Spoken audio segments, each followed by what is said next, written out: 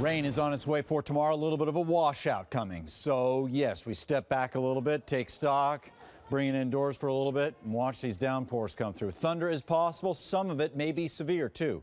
Highs today, very summery, nice, in the 80s, mid-80s too. Lexington, Bedford, Norwood, Worcester at 79, 84, and Nashua. Our current readings falling back into the 70s to near 80 degrees, a little bit cooler in Cape Cod. Our winds are brisk, and tomorrow they will be a feature in the forecast. They will be persistent and perhaps gusty too. We could see some gusts to 30, 40 miles an hour easy, especially if you get a thunderstorm. Humidity on the rise across Buffalo and Detroit. Why is that important? Because that is here for tomorrow. A very sticky day, so it's not like it's raw and cold when it's raining. These downpours, we're watching these carefully. There have been some severe weather warnings across parts of New York State too. Some tornado warnings. Wow. This is a little bit of a conundrum for us because it looks like the heaviest rain will be midday. And yeah, we could get some severe weather, but we see some wind in the mid levels of the atmosphere that's pretty strong for this time of year that will lift the air very rapidly. So I think flooding may be an issue as well as we go into tomorrow afternoon. Ponding on the roads, urban flooding, certainly a problem.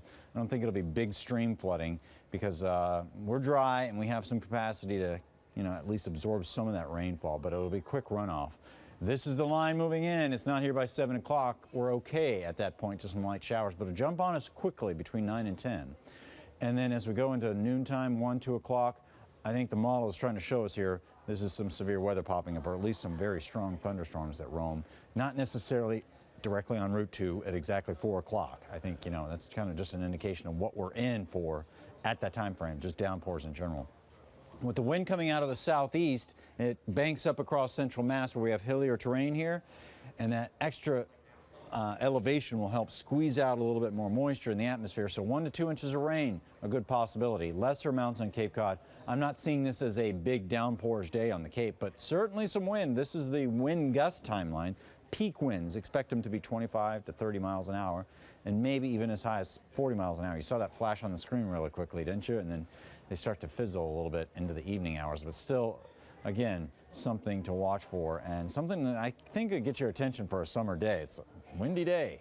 Anyway, 1 to 2 inches of rain, that's our deficit generally across Mass. We're near average near Narragansett Bay and Southern Rhodey, but 2 to 4 from Hopkinton, Milford, back into Auburn, also the Blackstone Valley, places like Minden and up into Marlboro. We need the rain.